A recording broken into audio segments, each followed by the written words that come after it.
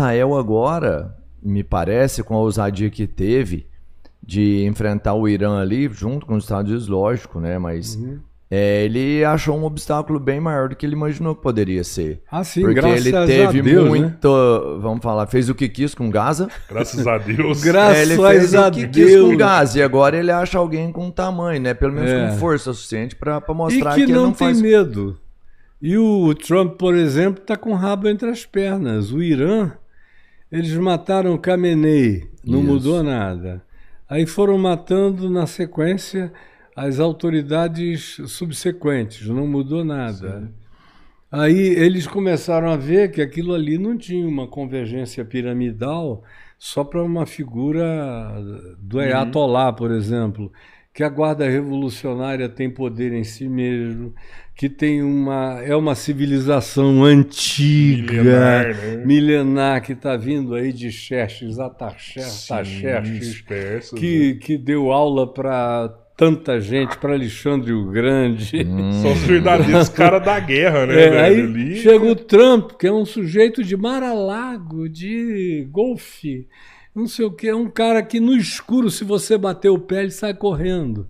Aí diz, nós vamos agora destruir uma civilização inteira.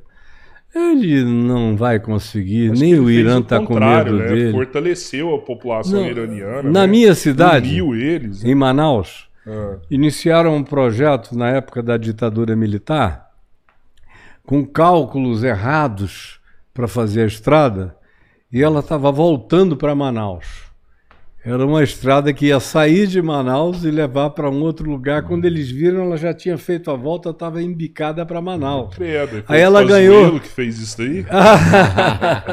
Eu sou amigo da família, mais amigo do irmão mais velho dele, do Alberto. Ele era um garotinho, gordinho, no tempo que eu era jovem lá, era um gordinho, assanhadinho. O irmão dele, o Alberto, que era mais velho, era meu companheiro lá de noitadas. Mas, pois bem, a estrada Manaus-Manaus foi o que o Trump fez agora. O Estreito de Hormuz estava aberto, estava tudo funcionando. O acordo que o Obama fez sobre nuclearidade estava em pleno funcionamento, com a ONU visitando, aprovando, vendo tudo, todos os trâmites e protocolos sendo cumpridos, não tinha nada de errado, exceto para o Netanyahu, que acha que, porque o Irã diz que enquanto Israel for antagônica à convivência com os outros que receberam juntamente com Israel o mesmo mandato de constituírem um Estado palestino, no mesmo dia e na mesma hora, o mesmo direito foi concedido a ambos, mas Israel foi boicotando. E para o final agora o boicote foi tão horrível que o ataque do Hamas lá em Gaza, que começou no show de música eletrônica, onde o meu querido amigo Juarez Petrilo ia tocar e encerrar tocando, pai do Alok, meu filho na fé, do Bascar, todos eles são filhos do meu amor, do meu carinho, do meu cuidado. Estava lá, e agora, o Netanyahu foi informado dias antes pelo serviço secreto da Jordânia que o Hamas ia fazer aquilo. Aí o Egito veio e disse também para o Netanyahu, olha, o Hamas está preparando um ataque como eles nunca fizeram antes. Aí a CIA avisou ao governo israelense e ao Mossad. E o Mossad... Então, o Mossad... É o serviço secreto já sabia, de Israel. Não, porque se os outros vizinhos estavam sabendo... O Mossad dizendo ao Netanyahu, eles vão atacar nos próximos dias, é inevitável. E o Netanyahu disse, deixa eles atacarem. Porque aí, de vez, a gente cria uma divisão total entre os palestinos, que já estavam divididos. O Mahmoud Abbas, lá na Cisjordânia, e Gaza, com o Hamas dirigindo a estrutura social que ali havia. Então, Netanyahu já estava feliz da vida porque ele alegava que não fazia acordo de paz porque com duas cabeças, uma de um lado em Gaza e a outra na Cisjordânia, não dava para dialogar. Então, enquanto eles estiverem divididos em duas lideranças, nem falem conosco.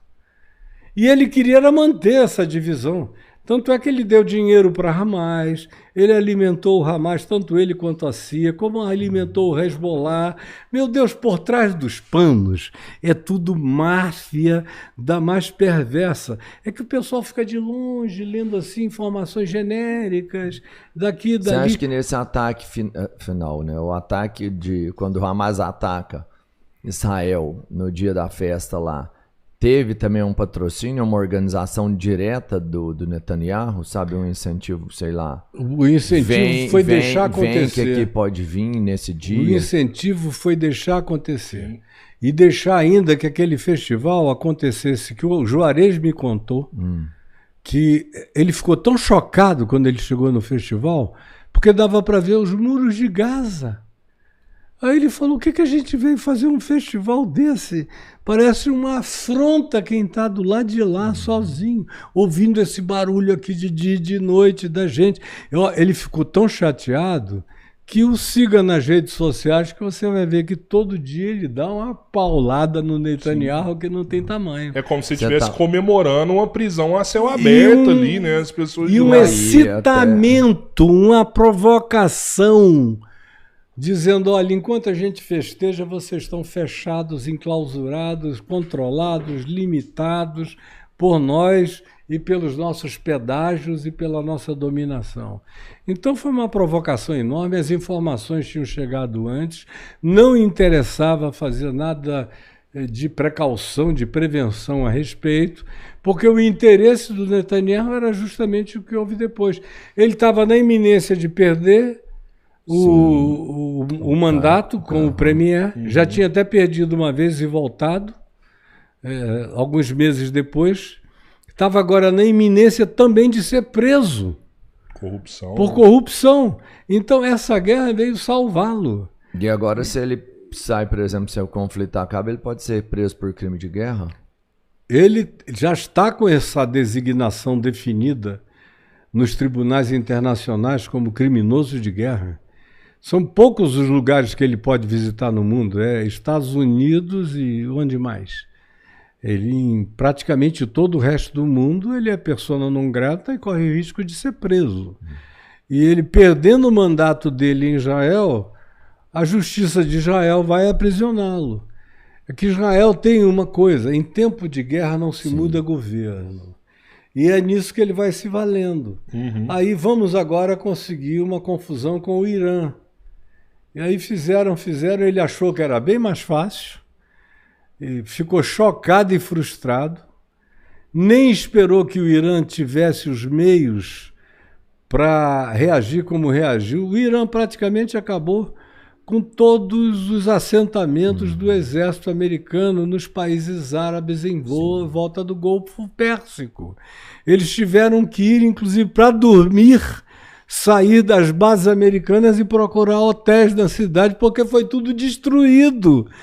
E aí gerou também uma aflição nesses países, porque as bases americanas estavam ali com a promessa de que nenhum ataque do Irã os atingiria. E eles não tiveram condição de defender aqueles países mesmos, de nada.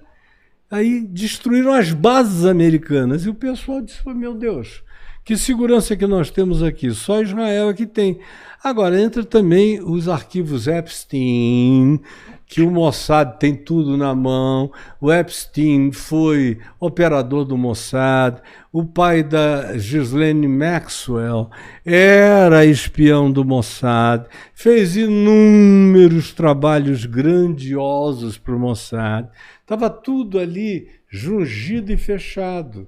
E o Trump sabe que a vida dele está nas mãos, a vida, o bumbum, o pinto pequeno, o que mais ele queira, está nas mãos do Netanyahu, em vídeos, tanto quanto está nas mãos também do Putin e de alguns outros. Então, ele é um cara que se move com aquela bravata toda, mas depende de em relação a quem, porque tem muita gente que conseguiria acabar com o mandato dele assim da noite para o dia. Você viu esses tempos atrás aí, alguns religiosos, alguns pastores... Eu vejo todo dia. Uma estátua do Trump, você viu Na isso? casa do Trump, em Mar-a-Lago, um pastor batista de uma igreja batista da Convenção Batista do Sul dos Estados Unidos fizeram, e tem gente que está indo lá para orar para a estátua do Trump, para você ver aquele bezerro de ouro. Parece uma estátua de Nabucodonosor, de culto a ele próprio. É um narcisista incomparável, aquele indivíduo, né? Então, não tem um órgão regulador dos religiosos, não? Sei lá, dos pastores, para virar e falar assim, pô, você está rezando pro cara errado? Não, nos Estados Unidos e entre os evangélicos, não. Um dos princípios da reforma protestante é que cada um é sacerdote de si mesmo, decide por si mesmo e tudo mais. Então, não tem uma convergência tipo do catolicismo, onde uma encíclica papal, uma decisão papal tem um lugar de moderação significativa no resto da igreja. No meio protestante ocidental, especialmente depois do surgimento do pentecostalismo no fim do século XIX, início do século XX, e depois disso, já aí por volta de 1950, o surgimento do neopentecostalismo nos Estados Unidos, que só chegou aqui nos anos 70, mais explicitamente, aí é que a confusão, a Babel, se tornou generalizada. Quem é a conselheira dele é uma tal de Paula White, que é uma mulher que não passa em nenhum teste de saúde mental, é uma transtornada louca, como ele também é um presidente a vidente. Todo mundo que está ao redor então, ali, né? Marco ela é a vidente. Ele é a profetisa. Isso, ela previu. Ela diz, pode que esta guerra é sua. Abençoou o cara, foi quase uma maldição. Parece a oração do Silas Malafaia. Ele ora, o cara é preso. Então, não aceitem a oração do Malafaia se não quiserem ir para a prisão. Ele tem o dom de prender a vocês. Ele abençoa e alguma coisa amaldiçoa e o cara acaba na cadeia. E o Meyer meu, caracterização do Trump está perfeita. Mas as opções democratas ou mesmo os republicanos da época do Bush não seriam algo muito, mas muito pior? Aí sim jogam uma bomba atômica na faixa de Gaza. E não jogaram, né? E não jogaram. E não jogaram. O Bush pai não jogou, o Bush filho não jogou. Fez aquela miséria de invadir o Iraque e o Afeganistão, mas não jogou bomba atômica em ninguém, não tinha capacidade de mentir por segundo tão intensa quanto o Trump tem, e outras coisas. Nesse escândalo Epstein, apareceu Clinton, apareceram outros lá, até o Dalai Lama figurou Dalai Lama na lista do Epstein. E os Bush não. E olha, eu não tenho nada com o Partido Democrata. Se eu fosse americano, eu votaria quase sempre no partido... Aliás, não tenho nada com o Partido Republicano. Se eu fosse americano, eu votaria quase sempre no Partido Democrático. Eu sempre me identifiquei mais com as propostas, os projetos e os presidentes democráticos, que tinham pautas mais parecidas com as pautas de Jesus do que, em geral, o Partido Republicano oferece. A hora que